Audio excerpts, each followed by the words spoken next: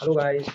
तो आज हम देखने वाले हैं किस तरीके से कंपनी जो है स्टार्ट होती है एक आदमी या दो आदमियों से, और वो किस तरीके से एक कंपनी को, एक छोटी सी कंपनी को किस तरीके से वो ऊंचाइयों तक ले जाते हैं और लगभग लगभग उसको एक बहुत बड़ी कंपनी बना देते हैं। हम जिस तरीके से आजकल देखते हैं कि कंपनियों की जो मार्केट कैपिटलाइजेशन है वो लगभग 500 करोड़ के हैं, 1000 करोड़ के, 10,000 करोड़ के। तो कैसे पहुँचती है वो कंपनियाँ वहाँ पर।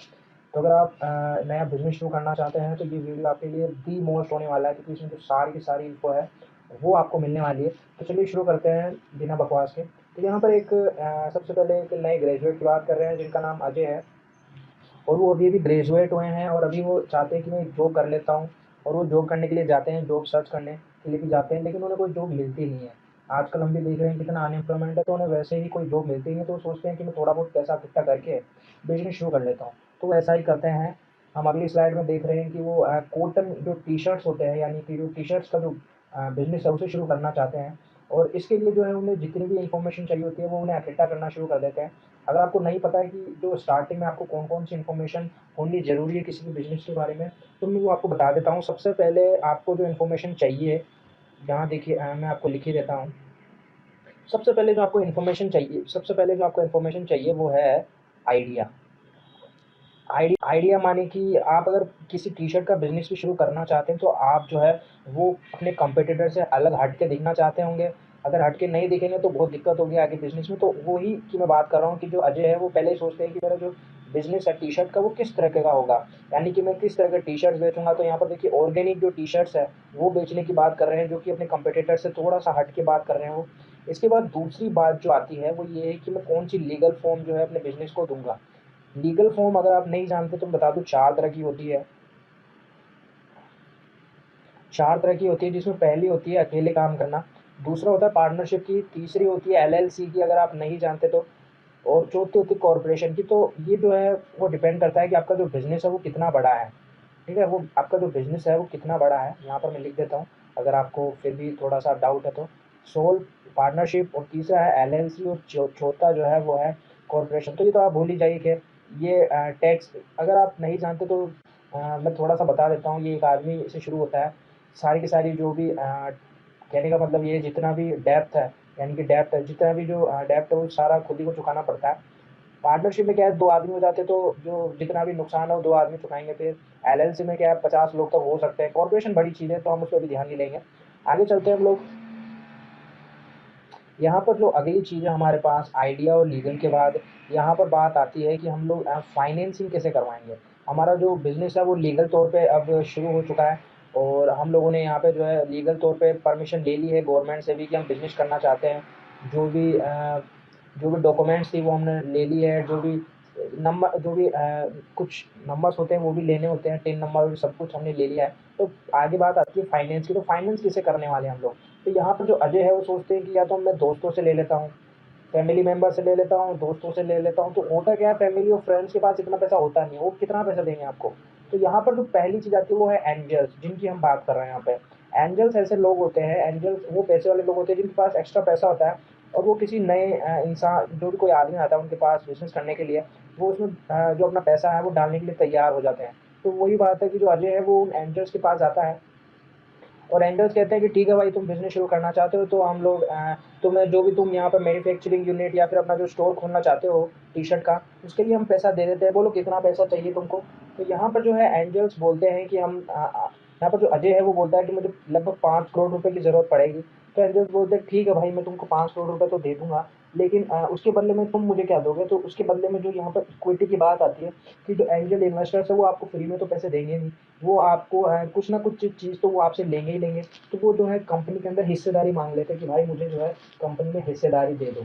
तो यहाँ पर आप देख सकते हैं दो एंजल्स इन्वेस्टर, यानी कि जो आप में पैसा खर्च करने वाले हैं वो आपके पास दिख रहे हैं। ये दोनों के दोनों जो है 5-5% मांग लेते हैं कि भाई मुझे 5-5% हिस्सेदारी चाहिए बिजनेस के अंदर, तभी हम आपको 5 करोड़ रुपए देंगे, और तभी आप जो स्टोर या फिर जो भी फैक्ट्री लगाना चाहते हैं वो लगा सकते हैं। तो यहाँ पर जो है जो इन्वेस्टर्स होते हैं वो सिर्फ पैसा देके आपको सिर्फ गाइड कर सकते हैं। बाकी का सारा काम जो है वो आप ही को करना है, किस तरीके से आप फैक्ट्री लगाएंगे, किस तरीके से उसे चलाएंगे, वो सारी जिम्मेदारी आप पे आ जाती है। तो आगे चलते हैं कि ये जो कंपनी है वो अब किस तरीके से दिख रही है, क्योंकि यहाँ पर तो जो है कंपनी हमने जब स्टार्ट की थी कंपनी, यहाँ पर पूरी की पूरी जो कंपनी 100% कंपनी थी वो तो अजय की थी, लेकिन अब जो कंपनी है वो पूरी की पूरी जो है अजय की नहीं है। तो अब उसमें क्या चेंजेज़ आए हैं वो भी हम देख लेते हैं। तो यहाँ पर जो चेंजेज़ आए हैं उनकी बात हम कर लेते हैं ज़रा। तो यहाँ पर जो है सबसे पहले बात कर लेता हूँ कि कंपनी अब किस तरीके से दिख रही है। तो यहाँ पर अगर मैं एक शेयर की बात करता हूँ, एक मिनट यहाँ पर थोड़ी गलती हो गई। एक शेयर की अगर मैं बात करूँ, एक शेयर की मान लीजिए, चलिए यहाँ पर पहले देख लेते हैं कि उन्होंने 5 करोड़ रुपए आपको दिए, ठीक है? यहाँ पर आपको 5 करोड़ रुपए दिए और 5 करोड़ रुपए में उन लोगों ने जो है टोटल 10% की हिस्सेदारी आपकी कंपनी से ले ली। अब 90% कंपनी जो अभी भी है, उसमें से क्या हुआ कि अगर हम वैल्यूएशन यहाँ पर करें, यहाँ पर मैं आपको बता देता हूँ, वैल्यूएशन सबसे पहले कंपनी की निकाल लेता हूँ। अभी हमें पता नहीं था, स्टार्टिंग में पता नहीं था कि कंपनी जो 100% हो कितने रुपए की, अगर कोई खरीदना चाहे तो। लेकिन अब कंपनी जो है उसकी एक कॉस्ट हो चुकी है। मान लीजिए 10% अगर 5 करोड़ की है, तो अगर इस कंपनी के 100% अगर देखें तो कितने करोड़ के होंगे? वो होंगे 50 करोड़ के। इतना अंदाजा तो आप लगा ही सकते हैं कि जो कंपनी है वो कितने करोड़ की हो चुकी है। ये कंपनी हो चुकी है 50 करोड़ की। तो ये जो 50 करोड़ है किस तरीके से डिस्ट्रीब्यूट होंगे उन लोगों, उन चारों में। चारों की बात मैं इस तरीके से कर रहा हूँ। एक तो हो गया यहाँ पर खुद अजय, जो कि कंपनी का फाउंडर भी है और उसे हम प्रॉम्प्टर भी कहते हैं, प्रमोटर भी कहते हैं उसे।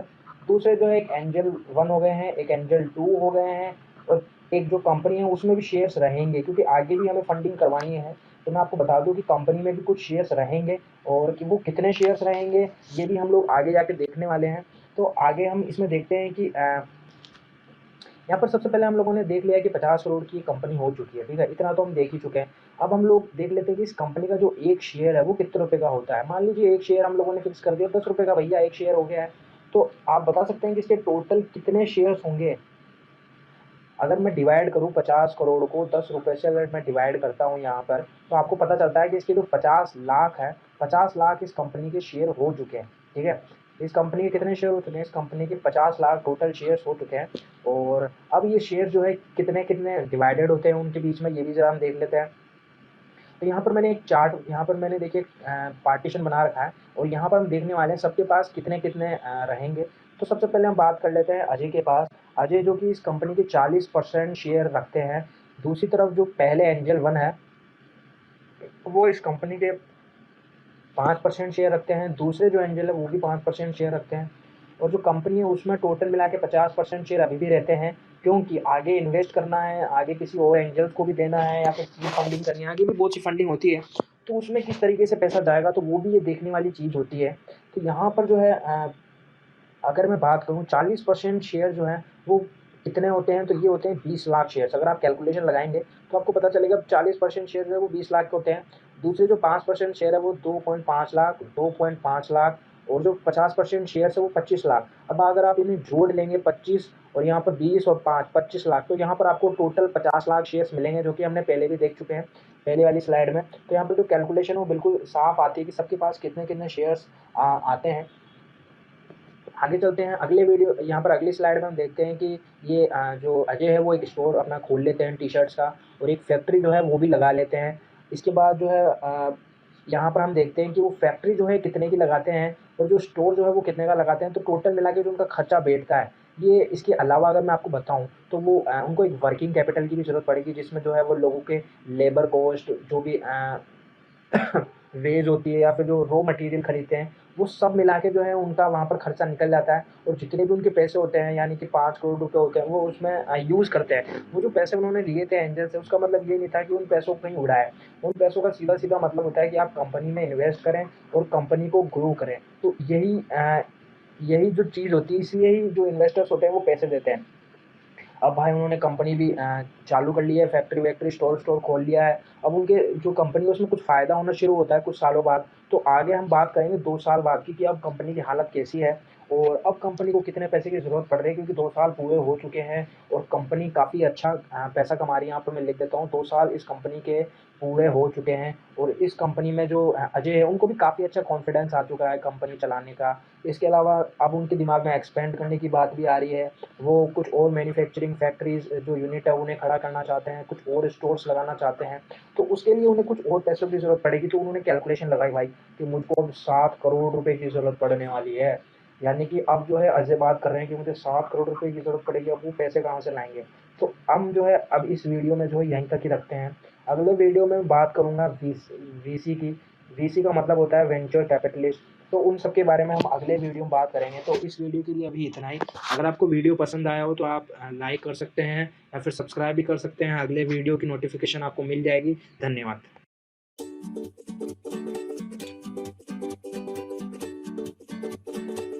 हेलो गाइस, तो अब हम देखने वाले हैं कि जो वेंचर कैपिटलिस्ट हमने यहाँ पर ख़त्म किया था अपना पहला वीडियो, अब हम अपने दूसरे वीडियो में आ चुके हैं इस प्लेलिस्ट की। और इस प्लेलिस्ट में जो दूसरा वीडियो है वो वेंचर कैपिटलिस्ट पे होगा। हम लोगों ने पहले वीडियो पे एंजल की बात की थी, अब हम वेंचर कैपिटलिस्ट पे आ गए हैं। जब भी हमें ज़्यादा पैसे की ज़रूरत पड़ती है और हमारी कंपनी जो है ग्रो करने वाली होती है तो हम वेंचर कैपिटलिस्ट के पास जाते हैं, और ये किस तरीके से पैसा देते हैं वो हम देखेंगे यहाँ पर।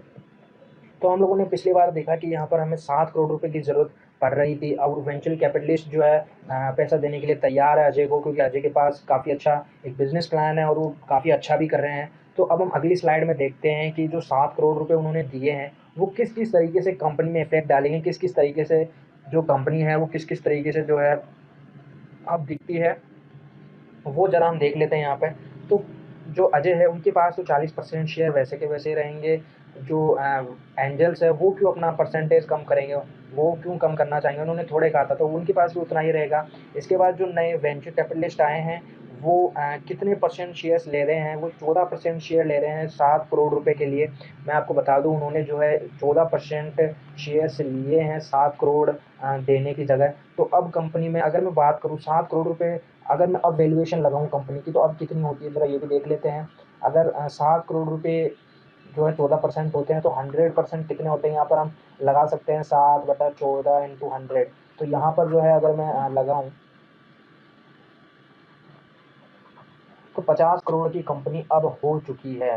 तो यहाँ पर अब खास बात हुई है कि हमारी जो कंपनी है वो 50 करोड़ की हो चुकी है। और अब हम देखेंगे कि 50 करोड़ रुपए किस किस तरीके से डिस्ट्रीब्यूटेड होते हैं कंपनी के अंदर। तो जो 40% शेयर्स है और जो हम लोगों ने शेयर्स देखे थे वो किस किस तरीके से डिवाइड होते हैं। अगर मैं 40% शेयर्स की गणना लगाऊँ 40 डिवाइड बाई 100 इंटू 50 करोड़, तो ये कितना होता है देखिए यहाँ पर मैंने डिवाइड किया, ये काटा मैंने। और यहाँ पर जो है अगर मैं यहाँ पर अजय की बात करूँ तो उनके जो शेयर्स की कीमत है वो 20 करोड़ रुपए की हो चुकी है। वहीं जो एंजल इन्वेस्टर की अगर मैं कैलकुलेशन लगाऊँ तो उनकी भी 2-2.5 करोड़ की हो चुकी है। और दूसरे जो एंजल इन्वेस्टर उनकी भी 2.5 करोड़ रुपए की हो चुकी है टोटल वैल्यूएशन। और जो 14% लगाया था उनका तो हमें पता है, ये 7 करोड़ रुपए उन्होंने लगाए हैं 14% के। तो ये अब फिगर हमारे सामने आता है। और कंपनी में अभी भी कुछ शेयर जो हैं रखे हुए हैं, किसी को मिले नहीं है। तो यहाँ पर जो है 14% वो कहाँ से आए, वो कंपनी से आए हैं। 50% पहले थे तो 15 माइनस 14 कर देंगे, 36% शेयर्स रहे हैं अभी भी। और इनकी अगर मैं कीमत बताऊं तो 32 करोड़ रुपए जो है इनकी कीमत है। तो पहले हम लोगों ने देखा था, हम लोगों ने जब एंजल इन्वेस्टर्स थे तो उन्होंने जब फंडिंग की थी तो अजय के पास जो टोटल थे वो 2.5 करोड़ रुपए आए थे 5 करोड़ रुपए में से। तो 2.5 करोड़ से सीधा डंप करके वो 20 करोड़ रुपए पे आ चुके हैं। देखिए कितना जो उनका इंक्रीमेंट हुआ है। लेकिन ये ध्यान रखने वाली बात है कि ये इंक्रीमेंट उन्हें अब कंपनी में इन्वेस्ट करना है, यही वैल्यूएशन दिखाता है भी है कि आपके पास पैसा इन्वेस्ट करने की अभी कितनी ताकत है। वही हम यहाँ पर देखने वाले हैं कि अब कंपनी जो है अजय के द्वारा किस तरीके से चली गई है, चलती है। वैसे मैं आपको बता दूं जो अजय हैं और जो कंपनी है उसे आप कभी भी मिक्स ना करें। जब भी कोई आदमी कंपनी खड़ी करता है तो कंपनी जो है अजय से बिल्कुल अलग चीज़ हो जाती है। कहने का मतलब ये है कि कोई भी इंसान जो है वो कंपनी के लिए काम करता है, ना कि कंपनी और जो जिसने शुरू किया वो दोनों एक हो जाते हैं। ये कभी भी गलतफहमी में ना रहें, कंपनी एक अलग खुद की एंटिटी रखती है। तो वैसे ही 3 साल पूरे हो चुके होते हैं, अजय ने उस कंपनी को काफ़ी अच्छा चलाया टी शर्ट वाले की। लेकिन अभी जो है उन्हें और पैसों की ज़रूरत पड़ती है। कंपनी में जो है ग्रोथ आती है, कंपनी में जो है काफ़ी अच्छी मार्केटिंग करते हैं, वो पैसा काफ़ी हो चुका है उनके पास। और वो और कुछ नई यूनिट्स खड़ी करते हैं, कुछ और नए स्टोर खड़े करते हैं। और जो मैनेजमेंट है उनका, जो मैनेजमेंट है वो भी काफ़ी अच्छा चलता है कंपनी में पैसा आने के बाद। लेकिन अब वो सोचते हैं कि भाई यार अब मुझे और पैसों की ज़रूरत है, अब ये पैसा कहाँ से आएगा। अब उन्हें जो है और पैसों की ज़रूरत पड़ती है, तो अब वो जो है पैसा कहाँ से लाते हैं। सबसे पहली चीज़ आती है कि उनके पास वापस से वही ऑप्शन होता है कि या तो वो दूसरे वेंचर कैपिटलिस्ट के पास जाएँ, दूसरे वीसी के पास जाएँ और उनसे कहें भाई मुझे और पैसों की ज़रूरत है और क्या आप मुझे और पैसा दे सकते हैं। तो खास बात बता दूँ, वीसीज़ एंजल जो हैं, हम लोग अभी 2 चीज़ें देख चुके हैं, एंजल्स और वीसी जिन्होंने पैसा खर्च किया अजय के साथ। एंजल जो है थोड़ा बहुत पैसा खर्च करते हैं, वीसी जो है उससे थोड़ा-सा ज़्यादा पैसा खर्च करते हैं। लेकिन अगर आपको उससे ज़्यादा पैसा चाहिए तो आप उनसे ज़्यादा ले नहीं सकते हैं, क्योंकि ये रिस्की होता है वेंचर कैपिटलिस्ट के लिए और वो इतना पैसा खर्च करने के लिए तैयार नहीं होते हैं, तो वो क्या करते हैं, वो जाते हैं बैंक्स के पास। तो वो जाते हैं बैंक्स के पास, और इतना पैसा जो है बैंक्स भी तभी देने के लिए तैयार होती है जब आपकी जो फाइनेंशियल स्टेटमेंट्स होते हैं। फाइनेंशियल स्टेटमेंट्स क्या होते हैं वो मैं आपको बता देता हूँ। इसमें आपका हो गया आपका बैलेंस, जो बैलेंस शीट है वो आपकी हो जाती है। दूसरी हो जाती है आपकी जो प्रॉफिट एंड लॉस की जो स्टेटमेंट है वो हो जाती है। इसके अलावा जो है आपकी तीसरी जो स्टेटमेंट होती है, ये 2 स्टेटमेंट मैंने आपको बता ही दी है। तीसरी जो स्टेटमेंट होती है वो डेली के लिए होती है कि आपका जो पैसा है वो कितना गया, कितना आया। तो ये सारी की सारी जो है चीज़ें, कैश इनफ्लो, कैश आउटफ्लो दिखाता है। तो ये सारी चीज़ें जो है वो इन तीनों शीटों में होता है। बैंक जो है इनको बहुत ध्यान से देखते हैं, क्योंकि उन्हें जो है किसी एक आदमी को लोन देना होता है। यहाँ पर मैं बता दूँ, यहाँ पर हम लोगों ने अभी तक इक्विटी में ही डील की है। इक्विटी का मतलब होता है कंपनी के शेयर्स में, लेकिन हम पहली बार देख रहे हैं कि हमारी जो आगे की बात होगी वो लोन्स में होगी। बैंक जो है वो लोन देंगे, और इसका मतलब ये नहीं है कि उनकी हिस्सेदारी होगी कंपनी में, नहीं। उनको जो है इंटरेस्ट चाहिए होगा मंथली, या फिर जिस भी हिसाब से अजय जो है उन्हें तैयार कर लेते हैं। तो अभी इस वीडियो में हम इतना ही रखते हैं। अगले वीडियो में जो है हम देखेंगे किस तरीके से बैंक जो है वो अजय को पैसा देते हैं, और अजय जो है किस तरीके से उन्हें जो है मना लेते हैं पैसा देने के लिए। तो आई होप आपको ये वीडियो जो है काफ़ी पसंद आया होगा, और आपको जो है अगर ये वीडियो पसंद आया तो आप लाइक का बटन ज़रूर दबाएं, और सब्सक्राइब का जो यहाँ पर बटन है नीचे उसे भी दबा दें, जिससे कि अगला वीडियो जो बैंक के लिए होगा उसका नोटिफिकेशन आपको ज़रूर मिल जाएगा। थैंक्स। हेलो गाइस, तो अब हम आ चुके हैं इस प्लेलिस्ट के तीसरे वीडियो पे, और हम लोगों ने अभी तक एंजल इन्वेस्टर्स और वेंचर कैपिटलिस्ट ए, यहाँ पर मैं वीसी सीरीज 1 ए दूंगा। सीरीज ए तक हम पहुंच चुके हैं, और अब हम लोगों ने देखा कि अजय को कुछ और पैसे की ज़रूरत पड़ रही है, और अजय जो है यहाँ पर बैंक्स के पास आए हैं पैसा लेने के लिए। तो हम देखते हैं कि अजय यहाँ पर निकले बैंक्स के पास, और बैंक्स ने कहा कि भाई हम तो है ना आपको जितना पैसा मांग रहे हो ना उतना पैसा तो हम नहीं दे सकते आपको, आप तो कुछ ज़्यादा ही पैसा मांग रहे हो। लगभग लगभग अजय कह रहे हैं कि मुझे 40 करोड़ रुपए की ज़रूरत पड़ेगी। अब वो 7 करोड़ से सीधा 40 करोड़ पे पहुंच गए हैं। उनको डिफरेंट डिफरेंट, मान लीजिए ये जयपुर हो गया आपका, ये दिल्ली हो गया, और ये हो गया आपका बैंगलोर। तो अब उन्हें अलग अलग सिटीज़ में जो है अपने अपने सेटअप लगाने हैं, तो उन्हें लगभग लगभग 40 करोड़ रुपए की ज़रूरत पड़ रही है। और अब वो 40 करोड़ रुपए जो है वो बैंक से लेने गए, लेकिन बैंक ने कह दिया भाई मैं इतना तो नहीं दे सकता आपको, और अगर आपको इतना पैसा चाहिए तो आपको जो है अपनी फाइनेंशियल स्टेटमेंट सुधारने पड़ेंगे। तो यहाँ पर बैंक कहता है कि चलो मैं आपको 15 करोड़ रुपए दे देता हूँ। कितने पैसे दे देता हूँ, यहाँ पर मैं आपको 15 करोड़ रुपए दे देता हूँ, अगर आप सहमत हो तो अजय बोलता है ना से तो बढ़िया, अच्छा ही है कि थोड़े बहुत पैसे मिल जाए। तो वो लोन के लिए तैयार हो जाते हैं। उसके बाद वो वीसी के पास भी, वीसी जो फेस बी की जो फंडिंग है उनके पास भी जाते हैं। वो सोचते हैं कि थोड़ा थोड़ा पैसा कहीं कहीं से जुटा के हम लोग काम निपटा लेंगे अपना। तो वीसी के पास जाते हैं, और वीसी कहते हैं कि भाई मैं आपको 10 करोड़ रुपए दे दूंगा, इससे ज़्यादा तो मेरी भी इतनी औकात नहीं है कि उसे ज़्यादा पैसे दे दूँ और मेरे पैसे डूब जाए। तो 10 करोड़ रुपए तो वो देने के लिए तैयार है। 5% जो शेयर्स, जो 5% कंपनी के शेयर्स है उनके बदले में मैं आपको 10% देने के लिए तैयार हूँ। अब भी अगर आप देखेंगे तो 15 और 10 जो है 25 ही होते हैं, और अभी भी 15% की, ओ सॉरी, 15 करोड़ की ज़रूरत पड़ती है अजय को। तो अब अजय कहते हैं कि भाई जो हम लोगों ने 3 साल से धंधा किया है उससे जो थोड़ा बहुत पैसा हमारे पास आया है, 20-25 करोड़ रुपए जो हमारे बने हैं 3 साल में, उन पैसों को लगाने का टाइम आ चुका है। और अब जो है अजय अपना जो खुद का पैसा है जो कंपनी से जो कमाया है, लगभग 15 करोड़ रुपए का जो उन्होंने खुद लगाया बनाया है, उसको भी वो झोंक देते हैं आगे के सेटअप के लिए। तो अगर आप देखेंगे तो 15 और 15 30, 30 और 10 40, तो उनके इस तरीके से 40 करोड़ रुपए की फंडिंग पूरी होती है, और वो अलग अलग सिटीज़ में जयपुर, दिल्ली और बैंगलोर में अपने स्टोर और फैक्ट्री खोलने के लिए रेडी हो जाते हैं। तो अभी हम लोग यहाँ आगे देखेंगे। अब हम यहाँ पर इस स्लाइड में देखेंगे किस तरीके से जो डिस्ट्रीब्यूशन है वो किस तरीके से होता है। अब पहले मैं बात कर लेता हूँ यहाँ पर कंपनी की। यहाँ पर मैं बात करूँगा कंपनी के कितने आते हैं, यहाँ पर मैं लिख देता हूँ कंपनी। दूसरा जो है हमारे पास आते हैं, हमारे पास खुद अजय की बात हम यहाँ पर करेंगे। तीसरे जो आते हैं वो है एंजल इन्वेस्टर्स आते हैं, एंजल 1 और एंजल 2। इसके बाद हमारे पास वीसी ए आते हैं, और उसके बाद आते हैं वीसी बी। मैंने यहाँ पर बैंक्स इंक्लूड इसलिए नहीं किए हैं क्योंकि उनकी हिस्सेदारी नहीं है कंपनी के अंदर, उन्होंने सिर्फ लोन मुहैया कराया है इंटरेस्ट के बदले में। तो यहाँ पर मैं अगर अब डिस्ट्रीब्यूशन करता हूँ तो वो किस तरीके से होता है। अभी हम लोगों ने देखा था कि जो वीसी सेकंड उन्होंने 10 करोड़ रुपए दिए थे, 10 करोड़ रुपए दिए थे 5% के बदले में। 5% कंपनी के बदले में उन्होंने 10 करोड़ रुपए दिए थे। तो 100% कितने होते हैं, तो आप डिवाइड करके देखेंगे तो आपको पता चलेगा 200 करोड़ रुपए होते हैं। आपको समझ में आ रही है बात, यहाँ पर 5 से 5 गुना 10, तो इनको 200 करोड़ रुपए की जो कंपनी है वो अब हो जाती है। तो इसे ही हम ऐसे कहते हैं कि भाई इस कंपनी का जो टोटल साइज़ है वो 200 करोड़ रुपए का हो चुका है। और अब इन 200 करोड़ में सभी के पास कितने-कितने आते हैं वो भी हम बता दें। ये आते हैं इस हिसाब से नहीं कि भाई हम पैसे लें और भाग जाए कहीं पर, ऐसा नहीं है। जो भी एग्रीमेंट्स होते हैं उनके इनके जो भी साइन होते हैं उन पे कि भाई हम लोग कंपनी में रहेंगे और जब तक आईपीओ नहीं खुल जाता जब तक आईपीओ नहीं आ जाता कंपनी का तब तक हम बाहर नहीं निकल सकते।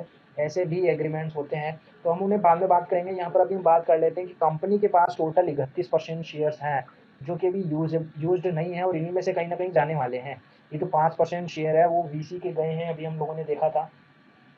आगे हम लोग देख लेते हैं कि जो प्रमोटर है, सॉरी जो अजय है, उनके पास टोटल 40% शेयर्स है। और उनकी जो कीमत है वो भाई आप ज़रा कैलकुलेशन लगाइए 200 करोड़ में। अगर आप 40 से डिवाइड देंगे तो आपको पता चलेगा कि अजय के जो शेयर्स की कीमत है वो 80 करोड़ रुपए हो चुकी है। वो अब 80 करोड़ के मालिक हो चुके हैं। एंजल वन की बात करूँ उनके 5% शेयर्स हैं और इसकी जो टोटल कीमत है ज़रा आप कैलकुलेशन लगा सकते हैं कितनी हो सकती है, 10 करोड़ रुपए।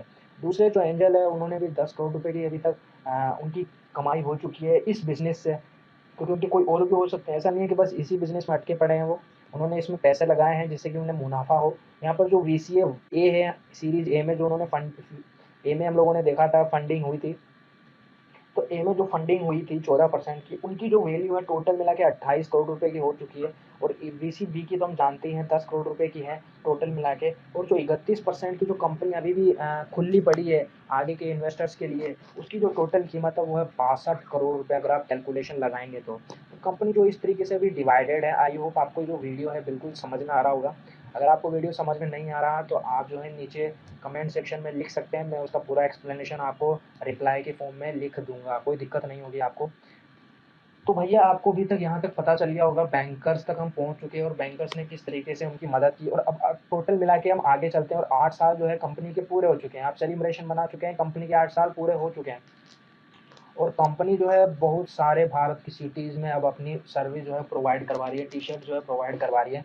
अब जो है भैया अभी भी अजय खुश नहीं है, क्योंकि वो चाहते हैं कि मैं किसी और चीज़ों में भी पैसा बनाऊँ, यानी कि मैं अपना जो बिज़नेस है वो किसी और चीज़ों में भी डालूँ, यानी कि कॉस्मेटिक्स हो गया, आपका डिज़ाइनिंग हो गया, फैशन हो गया, इन सब में भी वो अपना पैसा खर्च करना चाहते हैं। तो मैं यहाँ पे लिख देता हूँ फैशन की एक्सेसरी जैसे कि ऑर्नामेंट्स हो गए, इन सब में वो पैसा अपना लगाना चाहते हैं। अपना जो बिज़नेस है वो एक्सपेंड करना चाहते हैं, वो एक ही जगह नहीं रखना चाहते हैं। आपने बहुत बार देखा होगा कंपनी को बहुत बार कहा जाता है कॉन्ग्लोरीमेट, ओके कॉन्ग्लोमेट, शायद मेरा थोड़ा नाम ये थोड़ा नेमिंग थोड़ा सही से नहीं होगा मेरा, कॉन्ग्लोरीमेट होता है। इसमें क्या होता है कंपनी जो है एक ही चीज़ में सीमित नहीं होती है। कंपनी के बहुत बार फाइनेंस में भी होते हैं। कंपनी जो है अपना पोर्टफोलियो में बहुत सारी चीज़ों में अपना पैसा डालना शुरू कर देती है। जैसे कि हो गया टेलीकम्युनिकेशन में हो जाता है। आप टाटा का एग्जांपल दे सकते हैं, टाटा का एग्जांपल बहुत बढ़िया है। उन्होंने टाटा मोटर्स चलाई है, टाटा कंसल्टेंसी उनकी है। इसके अलावा उनकी जो है केमिकल का बिजनेस है। तो इसी तरीके से अजय के दिमाग में भी आया भैया मैं तो अपना बिजनेस जो है वो किसी और चीज़ों में भी इन्वेस्ट करना एक्सटेंड करना चाहता हूँ, एक ही जगह नहीं रहना चाहता। तो वो यहाँ पर इसी के साथ-साथ ये भी सोचते हैं कि अब मैं कहीं और भी ब्रांचेज़ खोलना चाहता हूँ। अपनी जो कंपनी है जिसका हेडक्वार्टर मान लीजिए कहीं पर दिल्ली, मान लीजिए यहाँ पर ये जो कंपनी का हेडक्वार्टर है वो दिल्ली में है। तो वो अपनी ब्रांचेज़ जो है अलग-अलग जगह पे खोलना चाहते हैं। आपने देखा होगा बहुत सी कंपनी जो है अलग-अलग सिटीज़ में अपनी ब्रांचेज़ खोलना चाहती है अपने हेडक्वार्टर के अलावा। तो वो भी करना चाहते हैं, इसके अलावा थोड़ी बहुत फैक्ट्रीज़ और खोलना चाहते हैं। तो ये सारी चीज़ों के लिए अब उन्हें और पैसों की ज़रूरत पड़ने वाली है। तो वो पैसा कितना चाहिए, तो उन्होंने एस्टीमेट लगाया, अपना बिज़नेस प्लान वापस से तैयार किया उन्होंने और कैलकुलेशन लगाई। कुछ अकाउंटेंट्स के साथ वो बैठे और उन्होंने कैलकुलेशन लगाई कि मुझे चाहिए 60 करोड़ रुपए। अब ये 60 करोड़ रुपए कहाँ से आएँगे? ये तो बहुत बड़ी जो है प्राइज़ मनी है, कोई छोटी-मोटी प्राइज़ मनी नहीं है। और वेंचर कैपिटलिस्ट तो बिल्कुल भी नहीं देने वाले, क्योंकि उन्होंने पहले मना कर दिया कि मैं 60 करोड़ तक का तो पैसा बिल्कुल नहीं, मतलब इससे ऊपर वाला पैसा तो बिल्कुल नहीं देने वाला। बैंक्स इसलिए नहीं देंगे क्योंकि पहले उनके पास कर्जा चढ़ा हुआ और कितना लेंगे। साथ ही बैंक भी नहीं देने वाले, क्योंकि अब तो इंटरेस्ट तो पहले उनके पास चल रहा है, वो भी नहीं लेना चाहेंगे क्योंकि उनके पहले खूब इंटरेस्ट चल रहा है। वो नहीं चाहते कि उनकी कंपनी जो है क्या हो जाए, बैंकरप्ट हो जाए। तो अब वो सोचते हैं कि भैया अब मैं क्या करूँ? तो यहाँ पर जो है वो अगले जो यहाँ पर मैं कहूँगा अगला जो स्टेप है उसमें जाते हैं। हम लोगों ने अभी तक देखा यहाँ पर एंजल्स देखे, उसके बाद वेंचर कैपिटलिस्ट देखे, उसके बाद हम लोगों ने लोन भी देखा। अब जो आगे वाला फेज़ है उसे हम कहते हैं पीई, इसका जो फुल फॉर्म होता है उसे हम कहते हैं प्राइवेट इक्विटी। तो ये कौन होते हैं भैया? ये लोग काफ़ी एडवांस होते हैं और ये उन्हीं में इन्वेस्ट करते हैं जो कंपनी बढ़िया बिजनेस कर रही होती है, काफ़ी स्टेबल होती है। मैं इनके बारे में कुछ बता देता हूँ।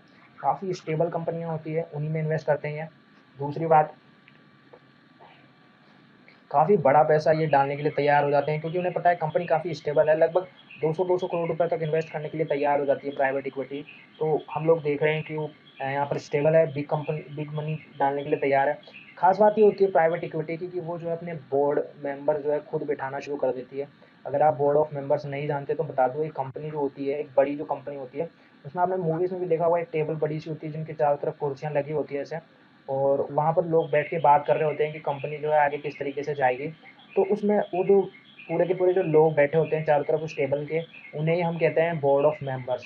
और इन बोर्ड ऑफ मेंबर्स का काम ये होता है कि कंपनी के जो मैनेजमेंट है उसका ध्यान रखें कैसे चल रहा है, कंपनी के सेल्स का ध्यान रखें, कंपनी के मार्केटिंग का ध्यान रखें, वो सारी चीज़ें जो हैं वो ये सब कुछ देखते हैं। और इसके अलावा जो है यहाँ पर ये बोर्ड ऑफ मेंबर्स का काफ़ी इंपॉर्टेंट हिस्सा होता है, क्योंकि लोगों को भी रिप्रेजेंट करती है। हम आगे देखेंगे आईपीओ के बाद में इनका क्या इफेक्ट होता है। अभी के लिए आप इतना ध्यान रख सकते हैं कि जो एंजल इन्वेस्टर वो यहाँ पर बैठे होते हैं, जो वीसी होते हैं वो यहाँ पर बैठे हुए होते हैं, और जो अजय है वो भी यहाँ बैठे होते हैं। साथ में मैनेजमेंट के कुछ इंपॉर्टेंट आदमी भी यहाँ बैठे होते हैं, जो कि डिसाइड करते हैं कि भैया कंपनी अब आगे कैसे जाएगी, और यही सारी चीज़ें होती है। तो इसमें जो है board of members private equity वाले जो लोग होते हैं वो भी डाल देते हैं अपने, और ये आपको बात ध्यान रखनी है अभी तक। तो आई होप आपको ये वीडियो अभी तक पसंद आया होगा, और बस अभी के लिए इतना ही। हम अगले वीडियो में देखेंगे प्राइवेट इक्विटी के बाद किस तरीके से कंपनी का जो पूरा का पूरा जो सिचुएशन है वो चेंज होता है। तो अभी के लिए इतना ही, धन्यवाद।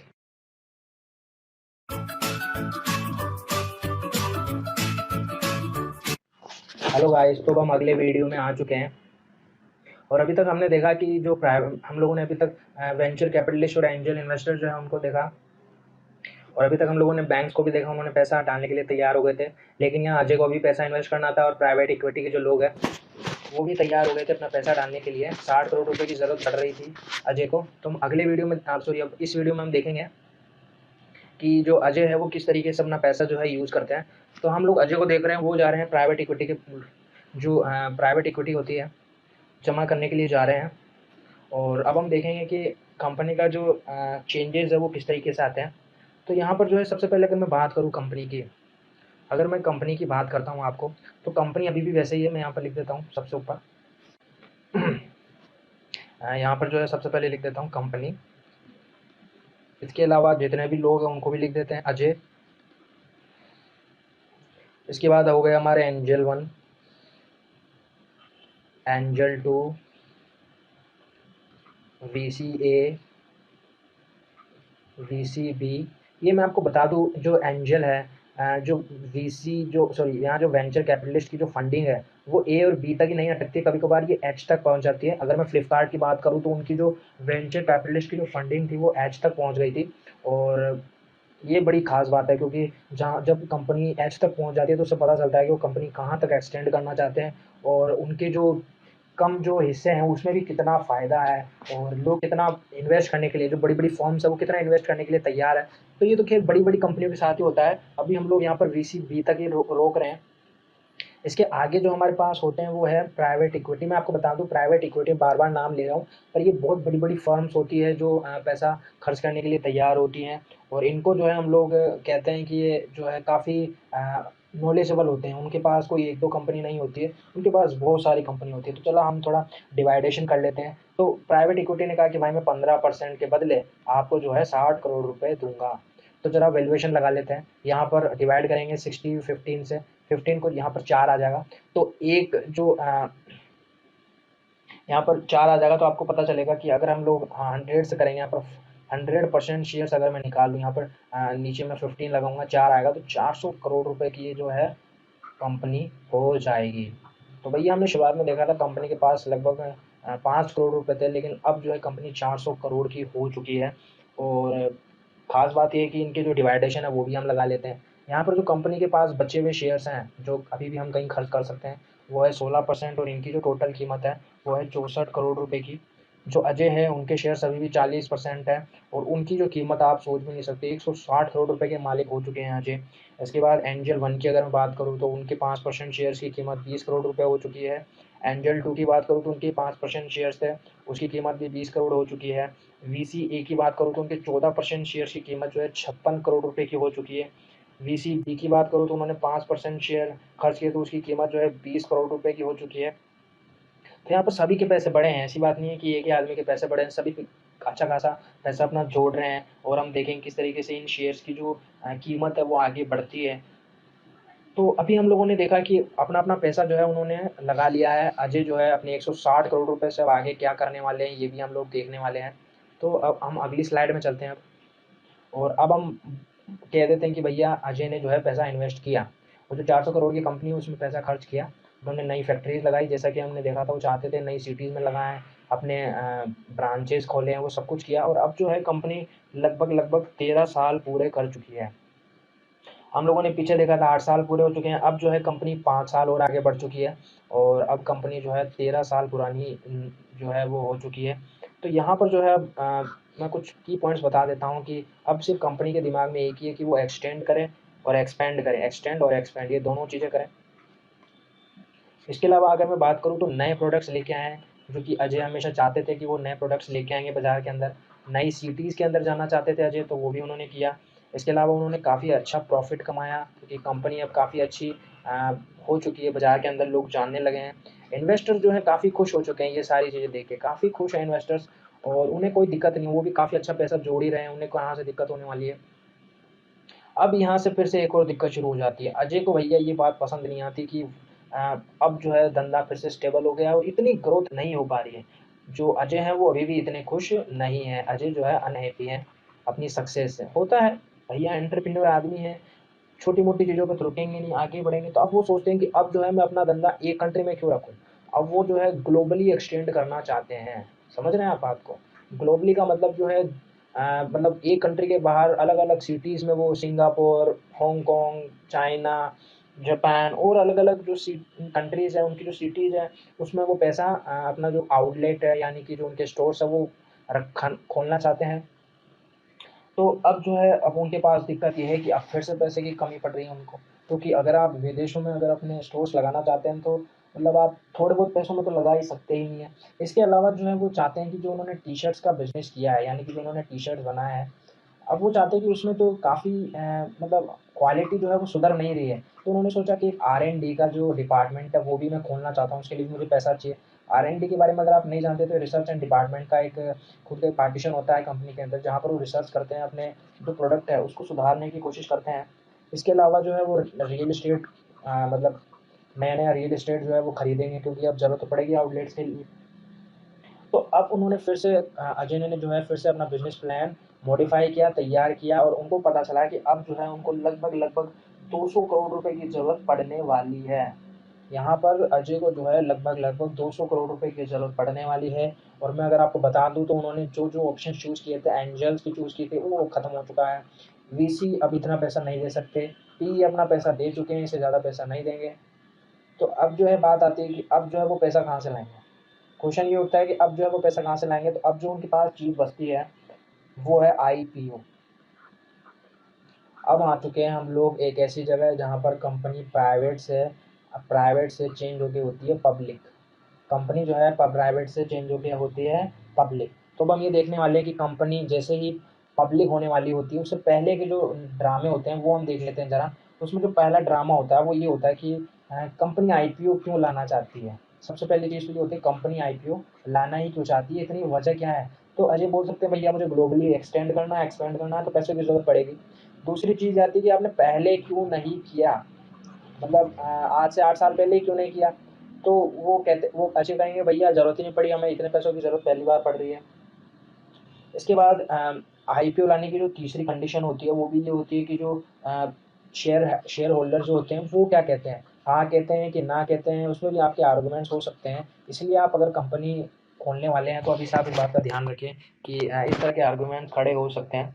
अगला क्वेश्चन ये हो सकता है कि पब्लिक जो है, पब्लिक की नज़र में कंपनी किस तरीके से क्योंकि जो पैसे हैं, जो शेयर्स हैं, अब वो तो पब्लिक ही खरीदने वाली है। तो पब्लिक की नज़र में जो है ये कंपनी किस तरीके से दिखती है? कहने का मतलब ये है पब्लिक को किस तरीके से ये कंपनी जो है मतलब किस तरीके की इमेज है लोगों के बीच में? क्या वो वाक़ई में खरीदने के लिए इच्छुक है या फिर नहीं है?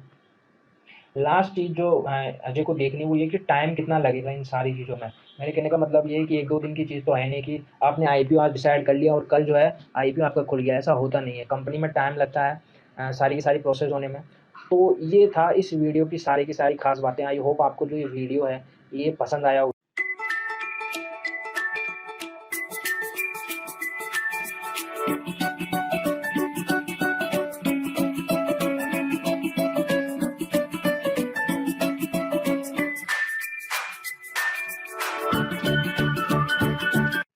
हेलो गाइस, तो अब हम आ चुके हैं आईपीओ पे। सबसे पहले मैं आईपीओ की फुल फॉर्म आपको बता देता हूँ। तो आईपीओ की जो फुल फॉर्म होती है वो होती है इनिशियल पब्लिक ऑफरिंग। यहाँ पर जो इनिशियल पब्लिक ऑफरिंग इस कंपनी जो कंपनी जाना चाहती है आईपीओ के लिए, हम लोगों ने देखा कि उनकी कंडीशंस क्या क्या होनी चाहिए। यहाँ पर हमने पुराने वीडियो में ये सारी चीज़ें जो है बता दी थी आपको, क्यों चाहिए, किस लिए चाहिए, क्या क्या चाहिए, वो सारी चीज़ हम लोगों ने देख ली थी। और आईपीओ क्यों लाना चाहते थे वो भी हम लोगों ने देख लिया था। भैया उनको बहुत ग्लोबली एक्सटेंड करना था और उनको 200 करोड़ रुपए की ज़रूरत पड़ रही थी ग्लोबली एक्सटेंड करने के लिए। इसलिए जो है उन्हें आईपीओ लाना था, पब्लिक से पैसा लेना था। तो अब हम सबसे पहले बात कर लेते हैं कि इसके बेनिफिट्स क्या क्या होने वाले हैं। इस ऑफरिंग के बेनिफिट्स क्या-क्या होंगे? तो पहला जो बेनिफिट होगा वो ये होगा कि जो स्टार्टिंग से पैसा खर्च किए हुए लोग हैं, वो काफ़ी प्रॉफ़िटेबल हो जाएँगे। अभी उनके पास एक प्रेशर था, मतलब एक इमेज थी कि जो पैसा था, वो एक प्रेशराइज़्ड पैसा था। मतलब ऐसा कन्फर्म नहीं था कि आप पैसा लेके भाग जाएँ, निकल जाएँ, ऐसा नहीं था। लेकिन अब जो है आप प्रॉफ़िटेबल, अब रियल में आप प्रॉफ़िटेबल हो चुके हैं, क्योंकि आप उन्हें सेल कर सकते हैं। ये बड़ी ख़ास बात है कि कुछ कंपनी में ऐसा नहीं होता, पर बहुत सी कंपनी में बात होती है कि आप सेल कर सकते हैं अपने शेयर्स और आप फाइनली प्रॉफ़िटेबल हो जाते हैं और आप बाहर भी निकल सकते हैं। तो ये एक एग्ज़िट पॉइंट भी हो सकता है आपके लिए। दूसरी चीज़ जो है, जो एम्प्लॉइज़ स्टार्टिंग से काम कर रहे थे, उनके लिए एक अलग से ऑप्शंस होते हैं स्टॉक को खरीदने के, जिन्हें हम कहते हैं एम्प्लॉयी स्टॉक ऑप्शन। तो इनकी ख़ास बात ये होती है कि डिस्काउंटेड प्राइस में मिलते हैं एम्प्लॉइज़ को जो स्टार्टिंग से काम कर रहे होते हैं। और ये हमने बहुत सारी कंपनियों में भी देखा है, जैसे कि पेटीएम हो गया है। तो पेटीएम नहीं, यहाँ पर मैं बात करूँ फेसबुक हो गया है या फिर एप्पल, माइक्रोसॉफ्ट, इनमें जो ये सारी चीज़ें होती हैं। इसके बाद अगर मैं बात करूँ तो एक कंपनी की ब्रांड वैल्यू बन जाती है। यानी कि भैया एक पब्लिक कंपनी है, लोग बहुत सारे खरीदते बेचते हैं रोज़, तो कंपनी अच्छी होगी, मतलब ऐसा नहीं है कुछ गड़बड़ घोटाले हो रहे होंगे, नहीं। कंपनी जो है वाक़ई में एक स्टैंडर्डाइज़्ड हो जाती है, लोगों के द्वारा भी लोग जानने लगते हैं। तो एक ब्रांड वैल्यू बन जाती है फाइनली कंपनी की। जैसे कि हम देखते हैं बहुत सारी कंपनियाँ भी हैं भारत के अंदर, कमी नहीं है कंपनियों की। जैसा कि इन्फोसिस हो गया, आपकी टाटा हो गई। तो ये कंपनीज़, पब्लिक कंपनीज़ अगर मैं बता दूँ तो आपको, बहुत सी प्राइवेट कंपनीज़ है जो अच्छा कर भी रही है, लेकिन पब्लिक इमेज में नहीं है अभी तक। मतलब आईपीओ उनका आया नहीं है, तो अभी इतनी इमेज भी नहीं है। लोग फटके से नहीं कह सकते कि भाई ये कंपनी है या फिर वो कंपनी है। आगे मैं बात करूँ आपको तो सबसे पहले फाइनल बात अगर मैं बात करूँ आपको आईपीओ की, तो ये एग्ज़िट पॉइंट, जैसा कि मैंने स्टार्टिंग से कहा था, ये वो हो जाता है। तो अब अजय जो है तैयार हो जाते हैं, लेकिन यहाँ पर जो है इस तरीके से सीधी-सीधी प्रोसेस नहीं होती है कि वो जाएँगे और आईपीओ अपना तैयार हो जाएगा आईपीओ। ये ऐसी प्रोसेस नहीं है कि आप जाएँ और आईपीओ शुरू, एक झंडा है, बस उसको लहरा देंगे और आईपीओ शुरू, नहीं, ऐसा नहीं है। पूरी प्रोसेस है और हम उसी को डिस्कस करने वाले हैं कि किस तरीके से ये प्रोसेस होने वाली है। तो आप जुड़े रहिए इस वीडियो में और हम देखेंगे जो ये प्रोसेस है, ये जो अजय की, ये कैसे होती है ज़रा देख लेते हैं हम लोग। तो चलिए शुरू करते हैं। सबसे पहले बात करूँ कंपनी के जो शेयर्स है, 16% अभी कंपनी के शेयर्स बचे हुए हैं और ये जो टोटल शेयर्स है 8 लाख शेयर्स है और इनकी जो कीमत है वो 64 करोड़ रुपए है।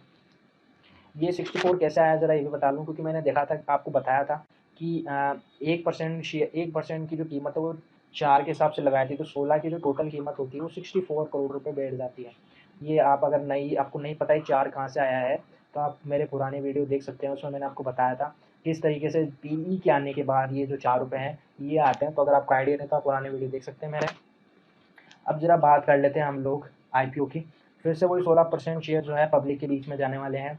वही 8 लाख शेयर्स ही जाएँगे पब्लिक के बीच में। और मैं अगर आपको बात करूँ तो एक शेयर की कीमत जो है, एक बैंडविड्थ होती है, एक बैंड होता है, जो प्राइस फिक्स की जाती है उसकी एक बैंड होती है। तो वो कंपनी डिसाइड कर सकती है, फिर एक जो फिक्स प्राइस है वो भी फिक्स कर सकती है। तो यहाँ पर मैं बैंड लेके चल रहा हूँ 1562 से लेके 1875 पर शेयर के हिसाब से लेके चल रहा हूँ। इतनी तो कंपनी की हो ही जाएगी। और ये कैसे होती है, इसकी लंबी प्रोसेस है। ये कोई एक प्रोसेस में नहीं है, लगभग 5-6 प्रोसेस होती है इसमें भी। इसकी अगर आप ये वाक़ई में जानना चाहते हैं तो मैं बता दूँगा अगली स्लाइड्स में भी किस तरीके से जो ये शेयर की प्राइस है फिक्स्ड होती है लास्ट में जाके। अभी तो भैया कुछ भी कर लो, लेकिन लास्ट में तो फिक्स होनी होनी है। तो अगर इस हिसाब से लगाएँ, एक शेयर की कीमत लगभग 1562 रुपए, एक शेयर की कीमत लगभग 1562 रुपए मान लेते हैं अभी। तो जो 8 लाख शेयर्स हैं हमारे, उनकी अगर हम कैलकुलेशन लगाएँ, तो हमारे पास जो टोटल कीमत आती है 1500, सॉरी यहाँ पर मैं लिखना भूल गया, 1875 एक शेयर कीमत। तो आपके जो पास जो बैंडविड्थ आती है, आप कितना पैसा जो पब्लिक है वहाँ से ले सकते हैं, तो 120 से लेके 150 करोड़ रुपए तक आप ले सकते हैं। तो काफ़ी है। चलो ये तो अभी हो जाए, लेकिन बाद में जैसे कीमत बढ़ेगी तो 200 करोड़ रुपए हो ही जाएंगे कंपनी के पास। तो अभी के लिए हम इतना ही मान के चलते हैं। अगर आप इसकी प्रोसेस आगे जानना चाहते हैं तो वो भी मैं बता देता हूँ, प्रोसेस कैसे होती है।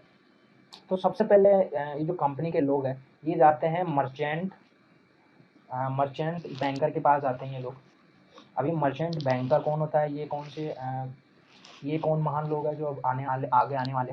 तो बता दूं, यही वो लोग होते हैं जो सब कुछ फिक्स करते हैं कंपनी के बारे में, कि ये जो बैंड है ये फिक्स करते हैं, ये जो शेयर्स है ये किस तरीके से कंपनी की मार्केटिंग कैसे करो, आईपीओ के टाइम पे कंपनी की जो ब्रांड वैल्यू वो कैसे बनाओ। ये सारी चीज़ें जो है मर्चेंट बैंकर ही फिक्स करते हैं। ये कुल मिला के एक इंटरमीडिएटरी है, पब्लिक आईपीओ और कंपनी के बीच में एक इंटरमीडिएटरी है, जिनके पास जाने के बाद ही ये कुल मिला के आईपीओ की पूरी इन्फॉर्मेशन जानते हैं। आईपीओ इन्होंने बहुत सारे खुलवाए होते हैं, बहुत सारी, यहाँ तक कि इन्फोसिस और बाकी सारी कंपनियों के भी इन्होंने आईपीओ निकलवाए होते हैं, तो इनको पूरा आइडिया होता है किस तरीके से कंपनी जो है बाजार में होती है, बाजार में आती है, और उससे पहले उनको कौन कौन सी चीज़ों का ध्यान रखना पड़ता है। अगर मैं बात करूँ तो यहाँ पर जो है सबसे पहले इनको एक और नाम से देते हैं, इनका नाम होता है लीड मैनेजर। ये आप ध्यान रख सकते हैं, इनको लीड मैनेजर भी कहते हैं। और मैंने जैसा कि बताया ये प्राइस बैंड में काफ़ी मदद करते हैं। इसके अलावा मैंने बात की आईपीओ के प्रमोशन में ये इनका काफ़ी बड़ा रोल होता है। इसके अलावा जो मार्केटिंग होती है, पीआर होती है, उसमें भी काफ़ी इनकी मदद होती है, जिससे कि जो कंपनी के शेयर ज़्यादा से ज़्यादा हम उठा सकें। 150 करोड़ का जो अमाउंट चाहिए है वो 150 करोड़ तक पहुंच सके मैक्सिमम। इसके बाद एक और जो इंटरमीडिएटरी है उनका नाम भी बता दूं, कि जो मर्चेंट बैंकर है वो तो हो गया इंटरमीडिएटरी, लेकिन जो मर्चेंट बैंकर और जो आईपीओ है उनके बीच में भी एक इंटरमीडिएटरी होता है, उसे हम कहते हैं सेबी। अब ये सेबी किस खेत की चिड़िया हैं वो भी हम बता दूं। तो ये जो है ये संभालती है पूरे स्टॉक एक्सचेंज में, कोई गड़बड़ी धांधली ना करें इसका पूरा ध्यान रखती है सेबी। तो ये एक ऑर्गेनाइजेशन, आप इसे समझ लीजिए भारत में जो इस चीज़ का ध्यान रखती है कि जो स्टॉक मार्केट है वो सही तरीके से चले, उसमें कोई गलती ना हो। तो सेबी जो है परमिशन देती है कि आप जो है एक मर्चेंट बैंकर से ज़्यादा रख सकते हैं। ऐसा जरूर नहीं कि आप एक ही मर्चेंट बैंकर रखें, आपकी इतनी अगर औकात है तो आप ज़्यादा भी रख सकते हैं, कोई दिक्कत नहीं है। इसके अलावा जितने भी रजिस्ट्रेशंस है वो आपको प्रॉपर रखने पड़ेंगे, कोई गलती नहीं होनी चाहिए, फाइनेंशियल स्टेटमेंट्स प्रॉपर होने चाहिए। इसके अलावा जो है आपको एक शीट बनानी होगी, एक स्टेटमेंट बनाना होगा, जिसमें आपकी साइज़, कंपनी की साइज़, टोटल शेयर्स कितने हैं वो बताने पड़ेंगे आपको। इसके अलावा जो है मैं आपको बता दूँ, जो भी रिस्क पब्लिक हो सकते हैं वो भी बताने पड़ेंगे। कंपनी का जो मैनेजमेंट है वो भी बताने पड़ेंगे आपको। इसके अलावा जो है अगर मैं बताऊँ आपको, लास्ट चीज़ अगर मैं बताऊँ आपको, तो इसके अलावा यहाँ पर जो है क्या बोलते हैं उसको, मतलब कुल मिला के जो सेबी है वो पूरी पूरी मदद करती है इनमें, कंपनी की भी कि कोई गलती ना हो, इसके लिए वो पूरी की पूरी जितनी भी फॉर्मेलिटीज़ वो पहले तैयार करके रखती है। अब आगे चलते हैं हम लोग, सेबी की यहाँ पर बात हो चुकी है। इसके बाद अब मैं आपको लास्ट बात करने वाला हूँ, और वो है जो लाइफ है वो आईपीओ के बाद में कैसी होती है। तो ये हमारी लास्ट स्लाइड मान लीजिए, यहाँ पर हमारा जो आईपीओ है वो तैयार हो चुका है। यहाँ पर सेबी से परमिशन मिल गई है कंपनी को, ये हमारी कंपनी है। यहाँ पर सेबी से परमिशन मिल चुकी है और हमारी जो कंपनी है वो आईपीओ निकल चुका है, एक प्राइस जो है वो फिक्स हो चुकी है, और अब जो है यहाँ पर कंपनी पब्लिक के बीच में आ चुकी है, लोग बाय कर रहे हैं, सेल कर रहे हैं। तो इसी के साथ जो कंपनी हमारी प्राइवेट थी वो अब पब्लिक कंपनी बन चुकी है। ठीक है, ये आपको ध्यान रखना है, कंपनी जो क्या हो चुकी है, पब्लिक बन चुकी है। अब हम बात करने वाले हैं अपनी लास्ट स्लाइड में, और वहाँ पर हम लिखेंगे आफ्टर आईपीओ। आफ्टर आईपीओ बहुत छोटा सा पॉइंट है, कोई ज़्यादा चीज़ें नहीं है इसमें। पहला पॉइंट ये है कि जैसे कंपनी आईपीओ निकाल लेती है, मान लीजिए इसको 15 साल हम मान के चलते हैं, कंपनी आईपीओ निकाल चुकी है, 1-2 साल भी निकल चुके हैं, लोग बाय कर रहे हैं, सेल कर रहे हैं आपके शेयर्स को, और आपकी इच्छा हुई चलो यार अब कंपनी पब्लिक हो चुकी है, हम लोगों ने भी काफ़ी पैसा जोड़ लिया है, अब मैं जो है एग्जिट, तो अब जो है अजय ही चाहते हैं कि भैया अब मैं जो है कंपनी एग्जिट करना चाहता हूँ। फाइनली अजय जो है एग्जिट करना चाहते हैं, तो वो क्या करेंगे, वो अपने शेयर है वो सेल कर सकते हैं, या फिर अगर कोई दूसरा बड़ा प्लेयर खरीदना चाहता है, कोई प्लेयर खरीदना चाहता है तो उसको भी दे सकते हैं, प्लेयर को भी शेयर कर सकते हैं। तो ये सारी चीज़ें अजय कर सकते हैं। चाहते हैं भैया, अजय चाहते हैं कि अब खूब हो चुका है, मैंने काफ़ी पैसे भी कमा लिए हैं और काफ़ी बिजनेस भी सीख लिया है, और सॉरी सीख लिया क्या है, काफ़ी बिजनेस भी कर लिया है, इसीलिए क्या कर ही लिया है। तो 15 साल पूरे हो चुके हैं और अजय भी काफ़ी खुश है। तो अब आपको पता चल गया होगा कि जो बिज़नेस है वो कैसे काम करता है, और बिज़नेस में किस तरीके से हम लोगों ने देखा किस तरीके से स्टार्टिंग होती है, कौन कौन सी चीज़ें आती है, और जो भी उन्हें यहाँ पर कौन कौन से प्लेयर्स बीच में होते हैं, कैसे हम एक्सपेंड कर सकते हैं। यहाँ पर कुछ चीज़ें रह गई हैं, यहाँ पर मैंने सारी बातें जो है फंडिंग के बारे में बात की है, फंडिंग किस तरीके से होती है और कहाँ कहाँ पर उन्हें एक्सपेंड करना होता है। मैंने कुछ बातें जिस तरह की कुछ बातें ये नहीं बताई है कि जो फाइनेंशियल स्टेटमेंट्स है वो क्या होते हैं, और जो लीगल फॉर्म्स होती है उनके बारे में मैंने इस वीडियो में नहीं बताई, इन प्लेलिस्ट की वीडियो में नहीं बताई है। तो अभी ये सारे वीडियो तो फंडिंग के लिए थे, पर अगर आप और डिटेल्ड में जानना चाहते हैं और मतलब बिज़नेस को और अच्छे से समझना चाहते हैं, क्योंकि मेरा मानना है लगभग 15-20 साल तो आपके जाने ही वाले हैं अगर आप बिज़नेस शुरू करेंगे। तो अगर आप चाहते हैं कि भैया मैं और समझना चाहता हूँ बिज़नेस को, तो आप एक काम कर सकते हैं, यहाँ पे आप सब्सक्राइब का जो बटन है उसे दबाएँ, क्योंकि मैं बता देता हूँ आपको, मेरी जो है यहाँ पर और क्लासेस होने वाली है बिज़नेस एडमिनिस्ट्रेशन की, ये डेली क्लासेस होने वाली है, और इसमें जो है मैं बिज़नेस की और डिटेल से बताने वाला हूँ। और इसी के साथ जो है एक ख़ास बात ये है कि मेरे जो सहयोगी है वो भी आपको अच्छे से बताएँगे, इसमें आपकी हेल्प करेंगे। तो अगर आप और डिटेल से जानना चाहते हैं तो अभी मेरी जो क्लासेज़ है वो चालू होने वाली है, लगभग 5-10 दिन बाद मैं क्लासेस शुरू करूँगा, तो आप उन्हें जॉइन कर सकते हैं। तो अभी के लिए इतना ही, आई होप आपको जो वीडियो है पसंद आया होगा। तो अभी के लिए इतना ही, धन्यवाद।